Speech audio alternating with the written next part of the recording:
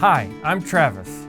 Have you ever been in the plant and found a broken sight glass or leaking fitting and want to get a picture of that back to the maintenance manager?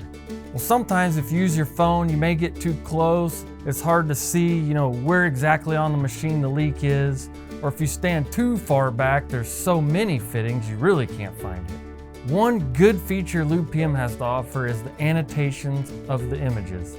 So we could take a photo in the inspection section, annotate where the issue is, and upload it right to the manager's desk. Let's take a look at that. So once we have our picture, we can hit the edit button, mark up the photo. We can circle where the desiccant breather is missing, in this particular case. We can add text.